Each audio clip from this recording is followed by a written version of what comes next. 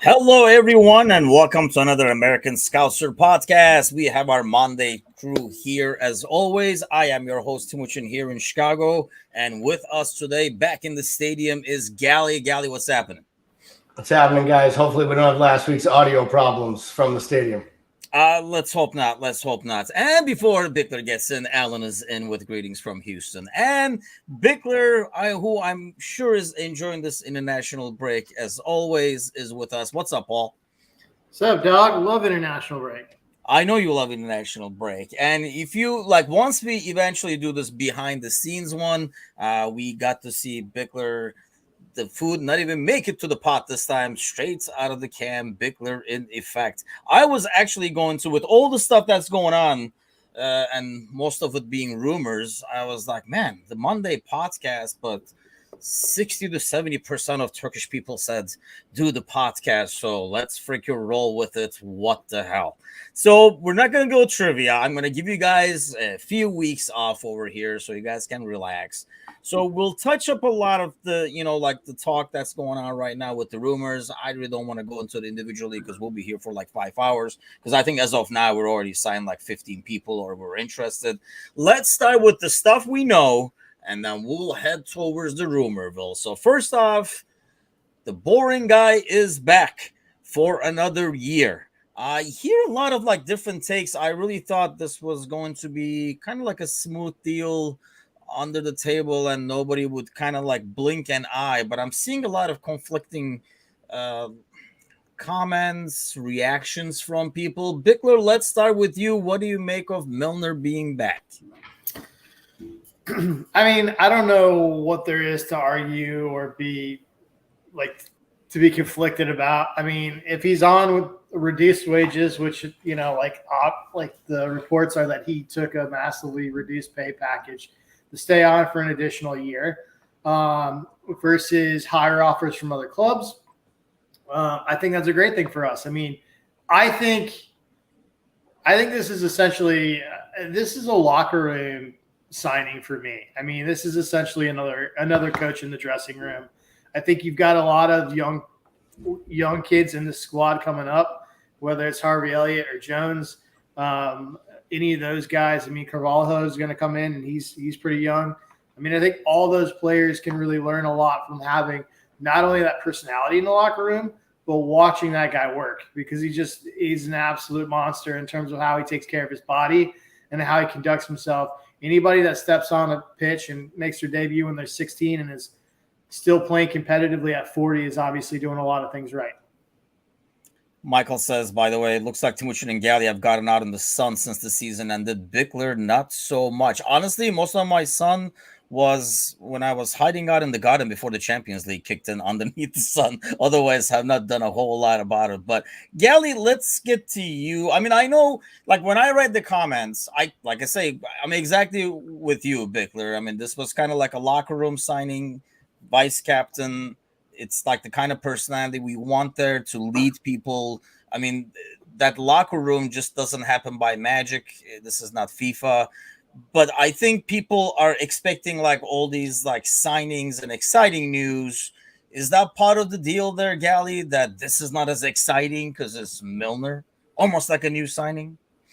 Well, I think that is what it is. It's not exciting because it's not new. So therefore, this just means that it's a normal Liverpool signing because half the fan base isn't happy about it for some reason.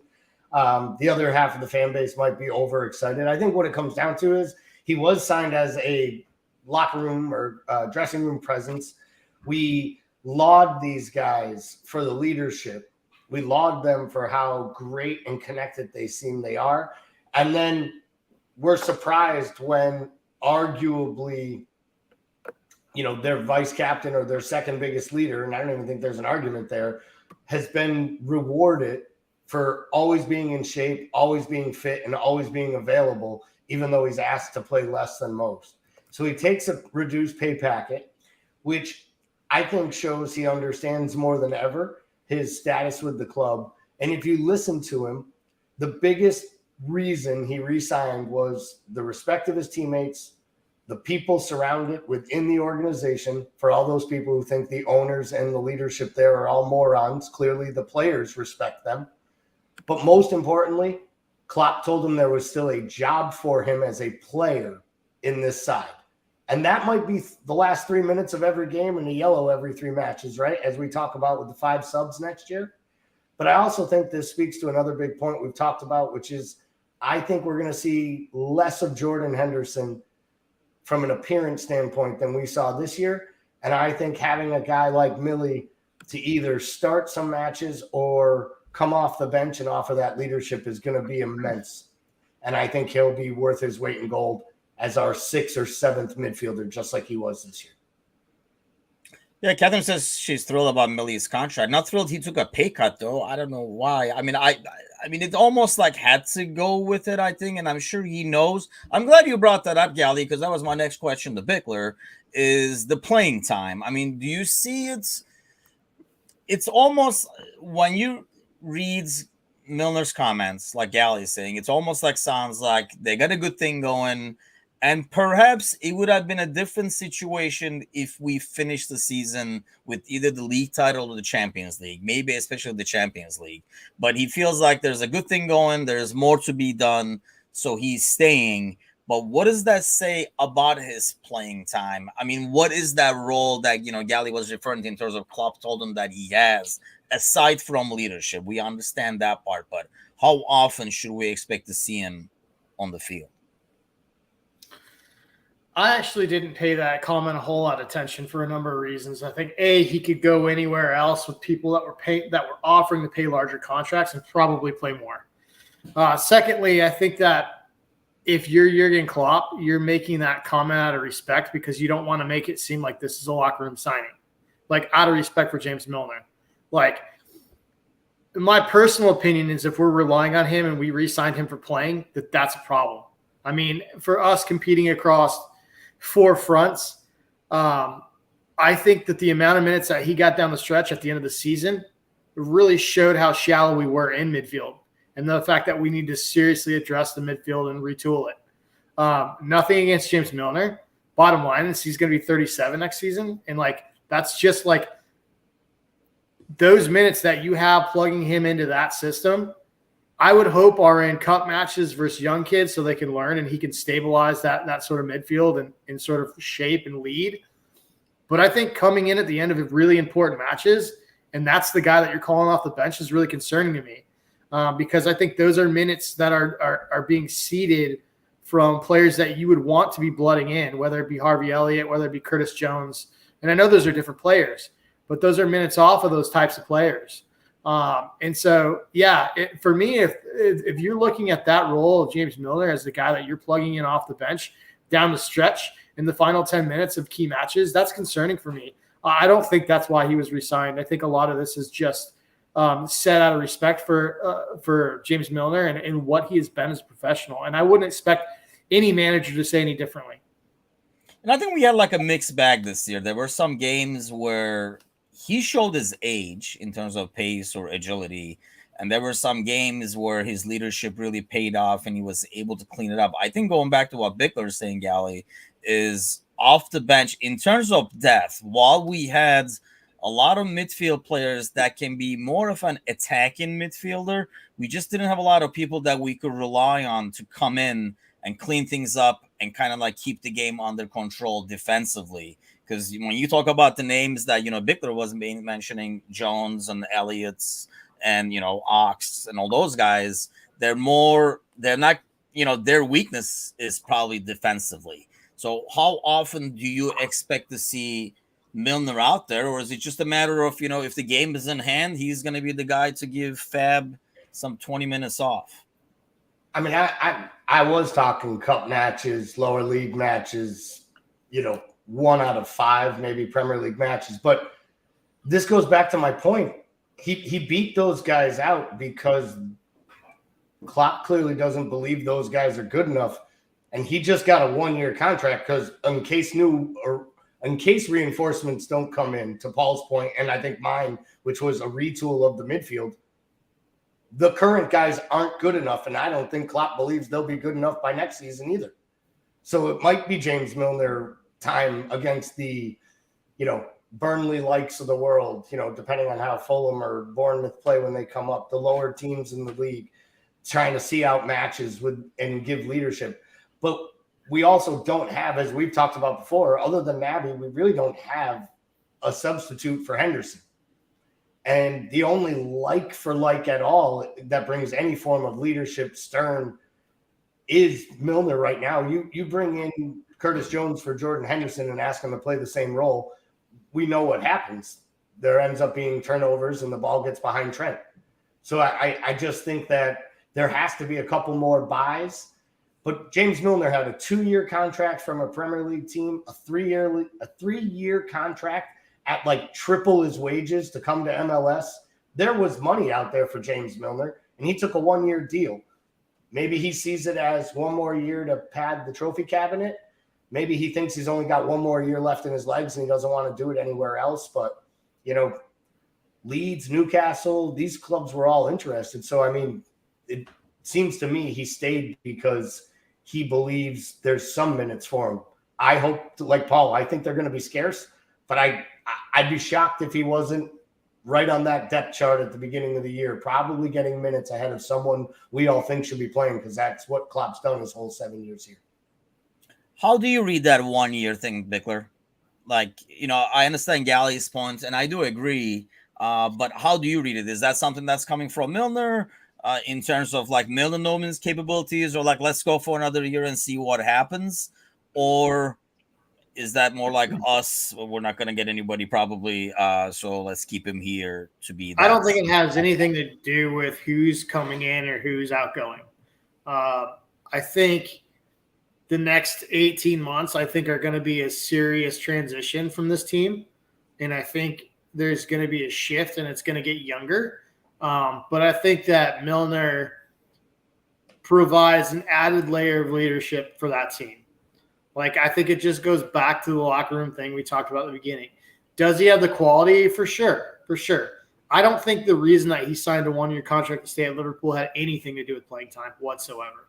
I think it had to do with the fact that he loves the team, he loves the city, he loves his role, and I think he's a guy that I could genuinely see going after coaching badges and being part of the greater Liverpool family down the road. I think he has a vested interest in.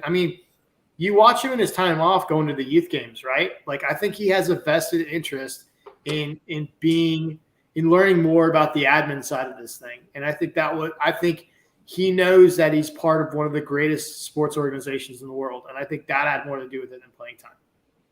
And that's a good point, because if that's what you're after in terms of like getting more knowledge in that avenue, you would probably rather do it at Liverpool with Klopp and Pep, as opposed to, like some of the alternatives you were mentioning, Galley, like Leeds or like, Newcastle and stuff like that, in terms of like learning probably like from the best at a top level team kind of deal. But the dude definitely has it in him. And I was delighted that he was on. I was hoping he would stay.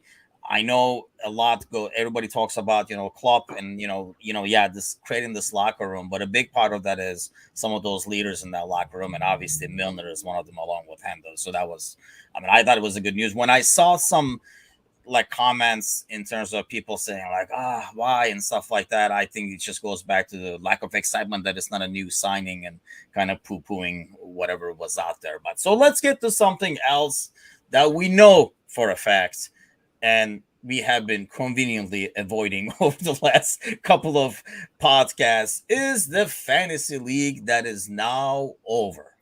So the winner, unfortunately, was not Kelly, even though we rooted for her. And actually, Nikita Nikolaev, and I kind of stalked him online, but I was not able to locate, or I was able to locate several of them, and I don't know which one is our winner here. But congratulations to him for winning the American Scouser Cup, the annual American Scouser Cup. And Kelly finished fifth. 2580 was the winner. Kelly finished with 2,524 points. Scrolling down over here further, Galley 2471 and 12. Happy with that, Galley? No, I lost by 7 spots to my wife. That's pretty much the first loser in my own house.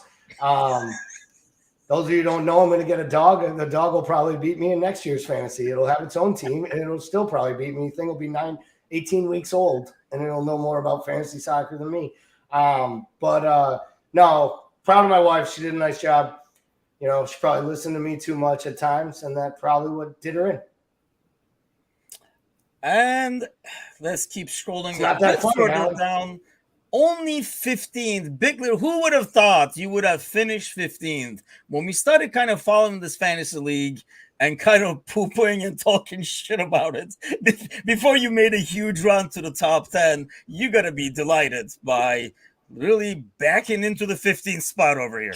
I'm not, because I really tanked the last 6 weeks of the season, man. I hit a wild card, did great on the wild card, and then every consecutive move after folded as if the universe wanted Galley to pass me and watch me see it happen in slow motion. It was painful because I got to tell you, in the what is it, 20, 25 week span that I was up on Galley, I talked a lot of shit. So watching him storm back at the end was probably karma, but it was, in credit to Galley, he didn't really say a whole lot because I was expecting it back. But I think the dog comment probably is his way of talking shit to me, saying that dogs would finish higher. But anyway, that might happen. That might be the truth. And to be totally fair, it's hard to talk shit when I talked a lot of shit at the beginning of the year about how my wife's 2-week hiatus at the top wouldn't be a big deal, and all the coach speak talk and the jokes when we were in Nashville. And I basically said she'd fold like a cheap suit, and she basically ran roughshod over me wire to wire. So like most things in the world, she gets her way. Well, like the dog that we went and picked out on Sunday. Did she get I think missing captains the last 6 weeks really just did me in for sure, but it was fun while it lasted. I blame Mo for my slide as well, by the way. But I talk the talk and walk the walk. I said this thing was crap all year, and I finished it as such. 52, the last 2-3 weeks just got away from me, and I was like, it's too late. I was hoping to at least finish in the first page, but that did not happen. Speaking of talking a lot of smack, pulling up our Polish Prince Mateusz over here, who finished in the 28th spot because there was a lot of banter going on there. And I feel bad for Dan Bennett, who was number 1 at one point, and I was trying to get him on a podcast. And ever since then, he just crumbles all the way down to the 24th spot with my curse. But so I do apologize for that. But next year is going to be huge. We have, first of all, with our YouTube channel, Gally over here with his expertise. I'm hoping you're going to ask Kelly a lot of questions before you do these fantasy shows, right? Because we want some actual expertise.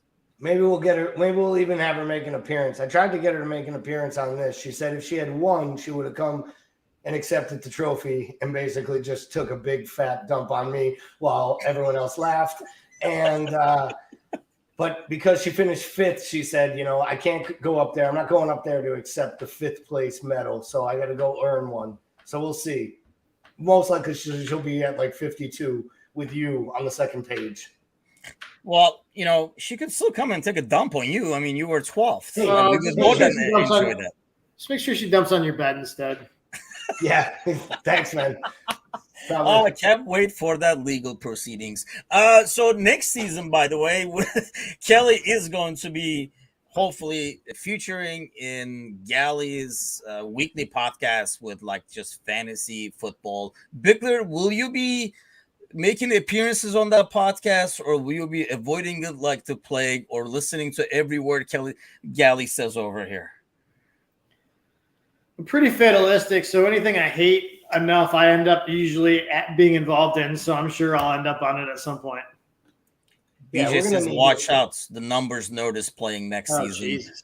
That does you no good. Let me tell you right now, it does you no good. She started Yeah, this season I will by second picking that motion. You got to Yeah. know all kinds of like I stupid hope you're a rules. good lineup predictor. But we will Exactly. also be doing the head-to-head thing. I'm kind of looking forward to that. Aside from this crappy system, do something we're a bit more familiar with, and hopefully suck in that. So those were the givens. So let's talk about some speculations and all kinds of news being thrown around. Some of them speculations, some of them totally rumor. But let's start with this topic first. Mo and Mane. So I want to start with you, Bickler. So let's go back. There's a lot of common in the both of their stories, right? With the amount of that's left in the contract, what's said to be what they're requesting in terms of wages and stuff like that. So given all that, we know for a fact Liverpool will not keep them both at those wages. We don't even know if they'll keep one. But if you're the man in charge and you get to pick one, who would Bickler pick to give the money to? Mo Salah. Follow-up question: why? Or I don't even think that's that hard. So I think Mo Salah, even when he's in his worst form, which you could argue that he had been for the latter half of the second part of the season, since January, really, I think even Mo in poor form creates problems. I think he demands. I think he demands double teams, and he demands in makes space in a way that Sadio Mane doesn't always do that. I think if I'm looking at those, I think the one that's likely to hold up the best physically in terms of less injury and durability problems, it's Mo Salah. I think I just think the floor is higher, and I think his ceiling's higher on both as a player. And that's look. I mean, Sadio Mane is world class. He's absolutely elite. In he's probably right to feel a little bit hard done by being second fiddle to Mo Salah. I think that's probably legitimate. He has more position flexibility and versatility than Mo Salah, but I don't think he impacts the game. You could maybe make the argument that he works harder defensively than Mo Salah does it sometimes, but I just think the system is designed in a way with Trent on that side where like it's very important to have a player like Mo Salah on that side, and there are very few of them in the world. He's probably a one of one in terms of ability. I just think at his age, he's the more dynamic player in my mind. And I think so. I think Sadio is an issue for the squad in general, and the fact that, like, if you look at Sadio Mane, what happens when he loses form, I think that us positioning him centrally, he captivated his form again and kind of resurrected his form. But I think moving him centrally really impacts Mo Salah. I think that like you can if you keep Mo Salah, you can find another dynamic left winger. Maybe it's Luis Diaz. It is. As long as you have that right person in the center. And I think that moving Mane centrally has impacted Salah. In fact, I don't think the front three has really clicked until we had an in-form and a healthy Firmino because of the way that he drops in and creates that space behind. I know I'm branching out into various topics, but I think that's just part of the reason why. For me, it's Mo. So, Gally, as I shift the question over to you, let me add this, I guess, because I think if we look at the numbers, goals, assists, whatever you want to look at, for the most part, Mo seems to be a no-brainer. But I guess let me ask you this, because of what we've seen from Mane being able to play centrally for one, and I would guess with all these numbers being thrown around that if you were to extend one and sell the other, I would think Mo would fetch a better price when you do sell them. Does that affect your thinking at all when you pick one or the other? No, and honestly, one is Mo made it pretty clear he's not going anywhere this summer. So if he leaves Liverpool, he's going on a free because he wants to maximize his money. And here's the little like sneaky secret out there no one wants to hear. If he doesn't go to PSG, we're going to pay him the most money. Like, that's the truth. What he's getting offered from Liverpool right now will be close to what Real Madrid or Barcelona can pay him and will pay him. The question is does he want to get the big sign-on bonus that he'll get by going somewhere else that he gets to keep 100% of? And does he want to change leagues and uproot everything? If you believe all these things, he had to float that he would play in England to drive up Liverpool's ongoing price, because if he couldn't go in England, they almost knew the only other place was PSG, and his ambitions are bigger than that. And maybe that's where this story now about him being promised Barcelona as a free. So I don't think it comes into play, because I think part of what you get in a fee is how much contract is remaining, because that's how much more leverage they have in the extension. And I think Mo's going to get paid more than Mane is wherever he goes. So there might be an equal amount. If it's 45 million for Sadio, it might be 35 or 40 million for Mo. I don't think there's that big of a market for either of them at 31 years old or 30 years old with only 1 year left on their contract.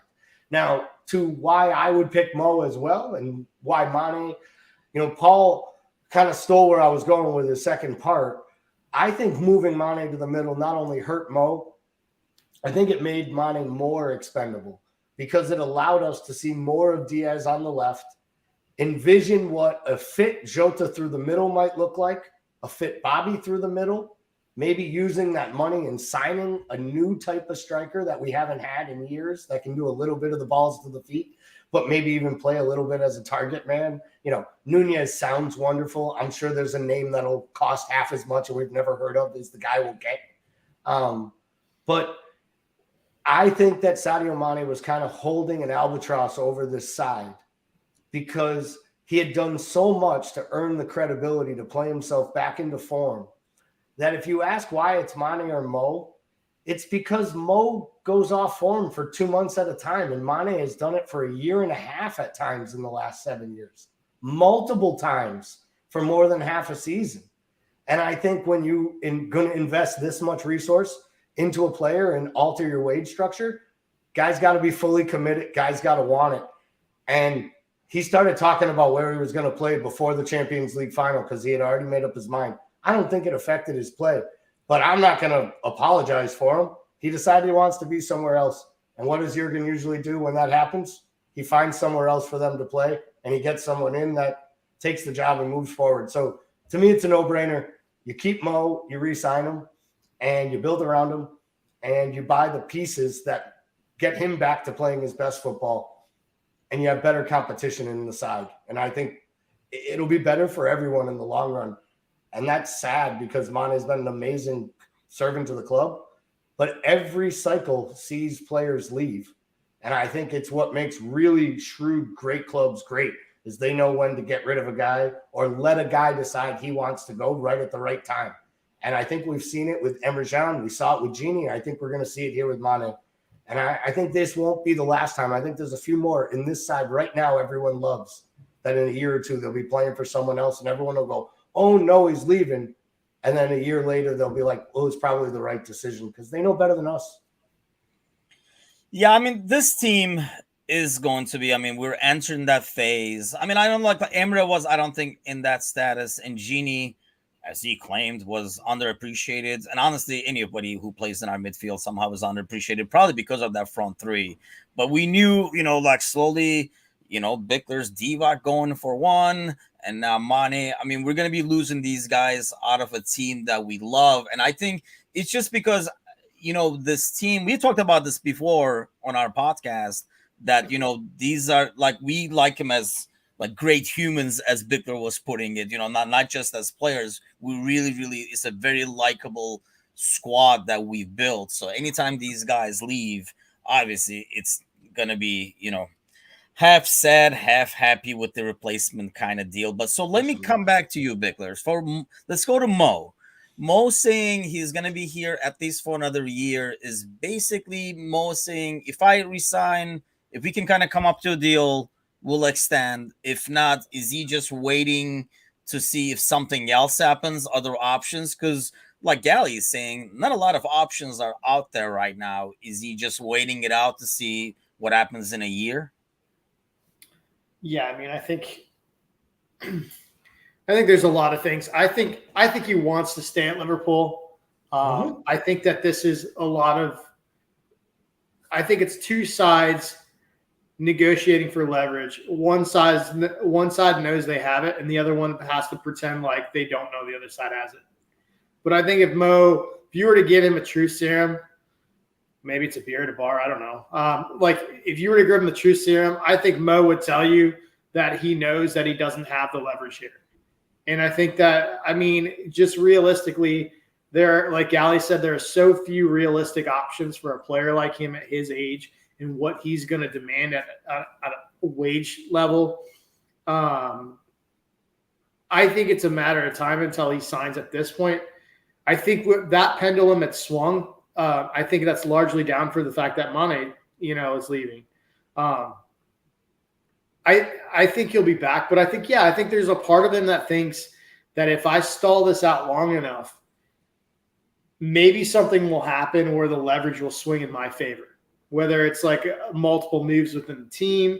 I mean, crazy things happen during transfer season. Maybe another dark horse side, maybe like a Juventus or maybe another side frees up a bunch of cash, and then they're like, maybe that rumor will spin that they're going to come and take a swing and see what happens with Mo. And then all of a sudden Mo's got leverage. So like, I think for him, I think his thinking is, well, let's see what happens in the first month or two here of this transfer window, and see if anyone frees up funds and comes for me. And then, he's hoping he can play the sides off each other and work it in his favor. I think he wants to be at Liverpool. I really do. And I do think that is different from Sadio. I think Sadio does want to change. I genuinely believe he wants to be somewhere where he feels like the number one guy. I also feel like he just is probably ready to get out from under Mo's shadow. And I think both of those, I don't fault him for either one of those. I think, he'll probably go get paid, get better money somewhere else. And that's totally like, this is his last big contract. So I don't fault either of these guys for doing what they need to do. I'm not going to sit here and dissect the interviews. I genuinely think Sadio was. Oh, good. Look, there's a dog. What are you doing? Well, at least it's a dog, because I thought there was a ghost or something. It was about. I was wondering if we were getting. I was wondering if one of the little guys was either going to come through the door or maybe crawl like army style on their stomach to the fridge. She's just telling me it's dinner time. She thinks I forgot. So, yeah. There's nothing left in that can you were eating earlier. Just give it She'll probably go dig it out of the trash in a minute. I genuinely think, like with Sadio, like he made that comment about the 67% of. I genuinely think that he was probably joking, like he says he is. I believe him when he says he was joking. I also genuinely believe he doesn't want to be there anymore. This came from a while ago. Like, when they asked him before the Champions League final and he gave the non-answer, that was the worst non-answer of all time. Like that's a comment of a player that's definitely not only wants to be elsewhere, knows he's going to be elsewhere. And when Jurgen said, we have a definite plan and understand what's going to happen with all of these players, I think people kind of took that as, oh, great, everybody's going to be resigned. I'm like, and I didn't. I was like, no, I think that means that they've definitely made key decisions on a couple of these big contracts. Yes. And common sense will tell you we're not going to hang on to all of those. Right. And he did. I mean, he said it. He got asked again. He said, where do you think Mane will play next year? And I think his exact response was, wherever Sadio Mane plays next year, he'll be an important player. When have you ever heard the man with a guy under contract for a year who's about to get on a bus and go on a celebration tour with him? When have you ever heard him talk that way or that freely? He talked that freely because he let his guard down, because he knew that within 72 hours, Fabrizio Romano was going to have the information, whether it was from Liverpool's front office or it was from Mane's people. Yeah. He knew it was coming out because it was a come and get me for Bayern or Real or whoever, decides to invest. And you know what? To Paul's point, good on Sadio. He wanted it. He actually said it. He stood by it. And then he's explaining it now to people. And I think when it's all said and done, he'll take out the 1-page ad in the paper and he'll thank all the supporters and he'll say everything right, like he's done everything right as long as he's been a Liverpool player. He really has been an amazing servant to the club. But you know what? He can come back on some Legends Day and we can cheer him then. You know, he'll get a nice applause if we play Bayern Munich in the Champions League someday. But I'm not going to follow him and I'm not going to root for him because that's not what I do. I don't dislike him. I won't root for him to get hurt. But I didn't care if Coutinho or Luis Suarez won the Champions League. And I didn't care if Genie was happy in France earlier this year, wanted to cry in his milk every 5 minutes about how their fans treated him and how all he was basically saying was, I screwed up and I really would. He was basically like sending them late night texts to the girl you let get away. And you're like, I wasn't really that bad. I really didn't mean to not do the dishes. I really did because the grass isn't always greener. And I hope it's good for him at Bayern. But there's no guarantee he goes in there and sets the world on fire and is their number one option or even number 2 or 3. They have great young players and they're going to keep buying. So wherever he goes, he's a 31-year-old winger who's predicated on pace, who misses, 3 out of every 6 good chances he gets. And that might be the nicest thing I'm going to say about him all night, that he makes 50% of his good chances. Yeah, so, I think I will root for. Come on. I think I will root for Sadio to do well because, the way he's leaving is kind of like different than the other guys. Unless something changes, I think a lot of this stuff is getting lost in the translation in terms of what he's saying, or, like the whole 60-70% thing and stuff like that. And not only that, I think, I understand where he's coming from, similar to the Genie deal. I never, so Genie talks smack afterwards. I was totally okay with Gene leaving too. Want everything that you possibly can and want to kind of like cash out on your last contract, so be it. Especially for a guy who gives a lot of what he makes for Sadio.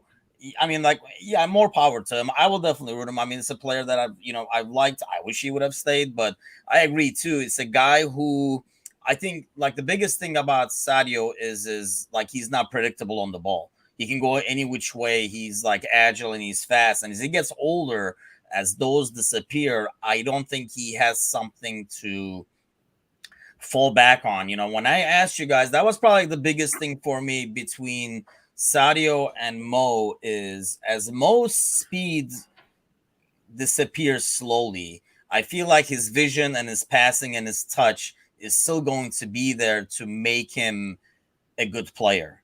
And like a very valuable player, whereas I can see like Sadio's value diminishing a bit faster. So here's the trick question I want to ask you guys now that we're talking about this. Let's fast forward to January, since we're talking all rumors and guesses anyway. Fast forward to January, Mo has not signed, and he's having like a so-so season. Do you cash in what you can get off of him in January, Gally, or do you play him out of his contract till the end of the year and let him go on a free? I'd also want to know how poised we are in the Champions League and in the league. And, if Mo's just not great, but we're competitive, I'd probably hang on to him at all costs because he can catch fire and win you matches, which can win you titles. But I will say this. If we got to January and someone offered us any of the type of money that was rumored to be offered for Pogba, offered for Mbappe, offered for some of these players that went this year on a free that those clubs hung on to, I don't think it's a question of whether they'd cash in. I think it's how quick they'd cash in. Because I think if these folks have shown us anything, it's whether the supporters like it or not. They are some of the shrewdest business people that are in all of world sport, let alone world football. And, I watched them as a Red Sox fan. I watched them sell trade Mookie Betts for 25 cents on the dollar after he turned down their offer of $300 million because they were like, well, if you won't take $300 million over 10 years, you're not going to sign with us. So we'll take Verdugo, this guy, this young up-and-coming prospect. They've flipped those moves around to a serviceable right fielder who's helped them every day. And they've signed like 4 up-and-coming prospects that are going to be big parts of their organization for years to come. And they did that all on that Mookie Betts trade. And they're not afraid to make big moves in either direction.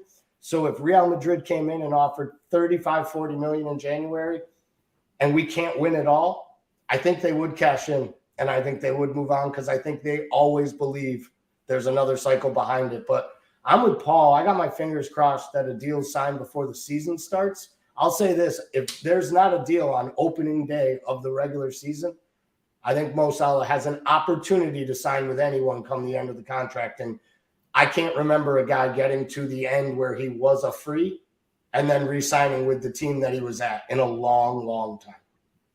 How about you, Bickler? Taking the deal in January? I think it really depends. Obviously, I'm trying to phrase it where not based on our record, more of like what Salah's bringing to the table. So I don't think that I wouldn't. I'll tell you why. Because international football is very different than American sports, where in the fact that you can't really afford to tank because every place is worth about $3 to $7 million on the table. All the cup matches pay. In my problem with the Mo situation, if you cash in, who's playing right wing? Because right now, it would be your starting left winger since you sold Sadio Mane already. Yeah. That's the problem. Because who we've been playing is so we like Mane because we can play. He was a right winger. And now he's gone. And then we've been playing Luis Diaz, who's never played right wing before. We played him over there out of necessity. So you play Luis Diaz on the right, then you're left playing Jota left? Or like that's my thing is like, assuming we don't have another incoming transfer in the front three, which I think we will. I think we'll get at least another sort of striker type. But my main thing is we just don't have any depth on that side whatsoever without upsetting the rest of the starting 11. And you can't just blow it up like you can in a lot of professional sports in America where you can just basically blow that thing up, liquidate it for cap space or whatever you want to do, and then reinvest. You can't do that. Yeah, I think with Divock leaving and if Mane is going to leave, you're almost guaranteed to get somebody up top. I mean, do we know? Will it be like a big name, high dollar? God knows. I probably think not, to be honest with you. But definitely there would be somebody, maybe somebody like Diaz or Jota that would come over there. Sound like a mid-range player that will pay like big dividends moving forward. So before we kind of go away, let me ask you guys this. Instead of going through every single rumor, because I think I started writing them down, then I was like, fuck this. I'm like going through one player one by one because there's way too many. Victor, let's start with you. Of all these names being thrown around, and God knows there's a lot, give me one that excites you and one that makes you throw up. The one that makes me want to throw up the most right now is just because people are just drooling over themselves is the Lewandowski thing. And that makes absolutely zero sense to me on why we'd swap a 30-year-old huge contract for an older 30-year-old more expensive contract on a player that doesn't press and can't do anything that we require tactically at that position. That one is probably the most barfiest. The Pogba one, it's probably like a back page one. That's a weird one to me too. Like, why would Jurgen Klopp take that just make I can't imagine that dude under Jurgen Klopp at all. It actually makes me laugh. I'd actually the more I think about it, the more I kind of want to see that now. But anyway, I think the one that I'm most excited about is not probably going to happen, but the Red Bull kid, Nkunku, I'm probably pronouncing his name wrong, but that kid has position versatility. He's young. He's pacey. He has good hold-up play, and he does a lot of the things that Bobby does where he likes to drop deep and has really, really good vision for a striker. Like, he likes to pull back and actually thread those through balls in between the channels, which would be exactly what we want from somebody doing that. But he is a like for like in the fact that he would be doing a lot of the stuff Bobby does, and he is not a traditional sort of target man, should you say. Gally, give me a name that gets excited, name that makes you throw up. Well, one, I'll do the throw up first because I think it comes to mind because, you know me, I like to bitch about shit, so it's always the negative first. It's Dembele from Barcelona. The fact that he is on a free, the fact that he's been linked with Klopp, literally like 4 or 5 times. Klopp has admitted he loves the player and sees him as an enigmatic talent that he thinks if anyone ever honed it in. I want no part of his attitude. I want no part of his timeliness. And I want no part of his Frenchness, to be honest. I just want no part of it anywhere near the club. Frenchness? You don't like Konate? Oh, yeah, he has just the right. He has just the right level of French in him, and I think Dembele has just the right level of Henri in him. If you know what I'm talking about. And as an Irish kid, it's hard enough to say his name. Jamie's probably literally his head's probably spinning somewhere in North Carolina right now because I brought up Thierry Henry and the Irish in the same sentence. But that one really makes me weary, and I would hate to see it because it would be huge wages. So there's just as big of a risk. The one that obviously Nunez excites me. I was a big fan of the Lille striker, David, the Canadian-born kid. He's really good. He's got positional awareness. I like Paul's recommendation from Leipzig, but I don't think he's going to move. And if he does, I think it would be PSG. But all I'll say is this. What I really wish, and I got crushed in Discord last year, and like early August when I thought signing Jared Bowen from West Ham for 20 to 25 million sounded like a smart buy because you could probably play him. He was a right foot, a left foot. He pressed, he ran all over the pitch. And I got absolutely destroyed, like crushed. And I almost was like dug in and was rooting for him more because of it. And to be honest, he kind of turned out to be exactly what I thought. And now he's going to end up like starting for England in the World Cup. Like, and be one of England's most intricate players. And the funny part is now we can't get him now because someone like United's going to pay like 120 million for him and totally probably destroy the next 5 years of his career because now he's the English kid everybody wants. So I'll say the name that gets me real excited is if somehow the reports are true that the Monaco midfielder has not fully decided on Real Madrid and that we're still in with a puncher's shot. Because I think if we sign, however the hell you say his name from Monaco, Tuchemi. That kid would be perfect.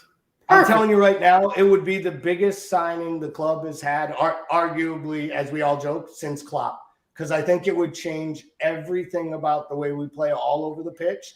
It would allow for different tactical formations. We would be signing what some project to be like the closest of box-to-box midfielders since like Stevie G came into European football. They think the kid is that good. And there's still this much of a chance. So I'm going to stay with that one as the one that like literally would get me fired up. But yeah, I do wish they had signed Bowen last year because I think he might have been a decent fifth option. Yeah, I agree with that. The French, so I do want that kid from Monaco as well because I think that's what we need. I'm okay with getting more of a project, if you will, or a player that is promising that we probably have not heard of, but is on our radar for the top line because we will need to get somebody over there. But you can get like another Divock, if you will, for that spot. But midfield is where we need the help. The one that makes me throw up. Would be good.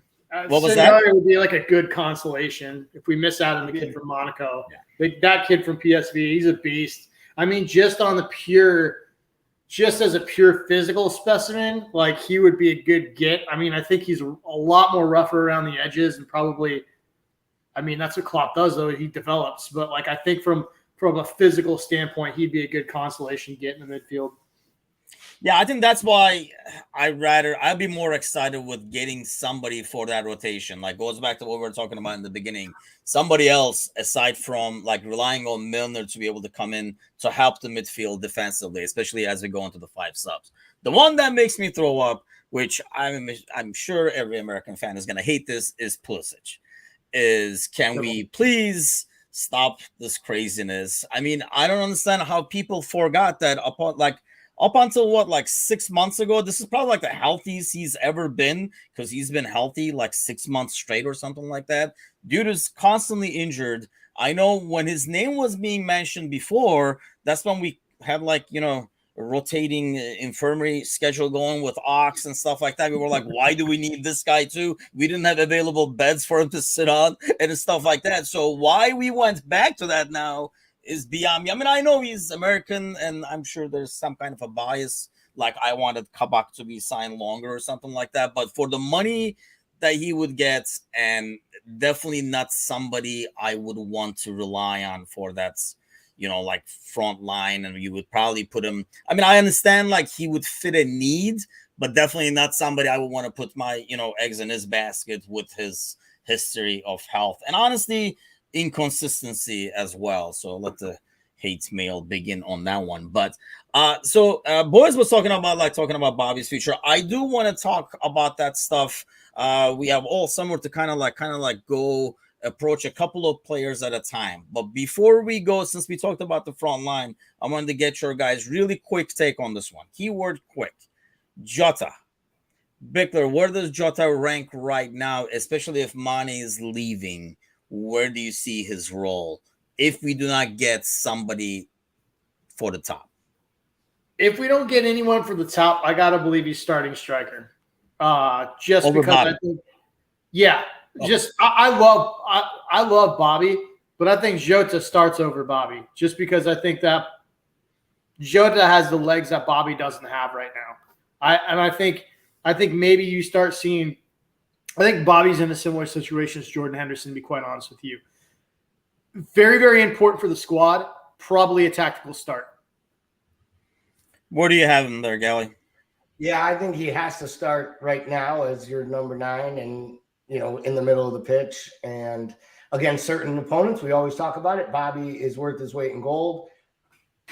Bobby didn't string together 5 consecutive starts at any point in the entire season. They played 63 matches. And over the last month and a half, it's pretty hard outside of a few minutes against Southampton to find moments where he really, really looked really strong.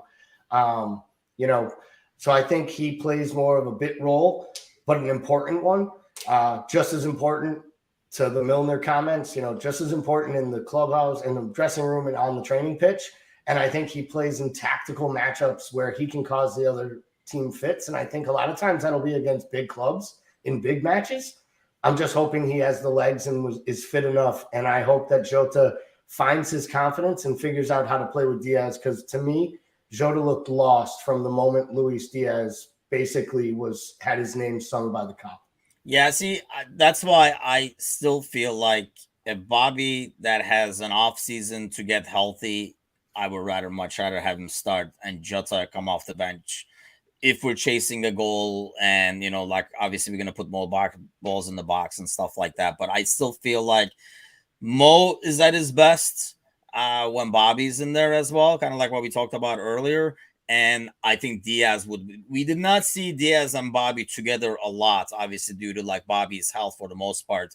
And the front line ended up being with Mane in the middle. But I really think that could be, we always talked about, Mane, Bobby, Mo. We might be able to replace Mane with Diaz and still keep that trio be very dangerous up top. Alan is asking about Minamino. That's another whole story. So probably next week's podcast, we will take a look at some of those names. We'll probably go into more detail with like Bobby and Jota and like take a look at Minamino, Ox, unless we've heard something between now and then. Real quick, anything happening between now and next Monday, Bickler? Or are we still in the speculate mode? Not for me. We'll just see what happens. I don't see anything happening that quickly. I think it's gonna be a busy summer. I just think it's gonna take a little bit to ramp up here. What do you think, Gally? Between now and next Monday, we got something or no? The only thing, in my opinion, that could happen between now and next Monday is Sadio being sold, because we do know that they confirmed that they got a bid from Bayern Munich. Like Liverpool admitted they rejected the bid to the media. So therefore, the talks have begun.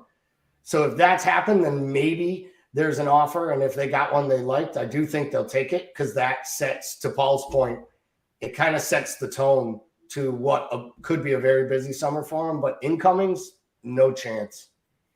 Yeah, I think this whole international game thing, I know it is semi frowned upon too, especially if the game doesn't go. I know some of these games are not crucial games, stuff Cup of Nations and crap, but still they all count. And I know in most countries you don't want your guy dealing with this contract talk and then sucking it up the next day in a national game, and nobody wants that heat on themselves. So I would think most people are gonna like kind of suffer through these national games for another week, and then things will start falling into place. Really, a short off season if you think about it, because I know like some of the preliminary eliminations and stuff are starting end of July for Champions League.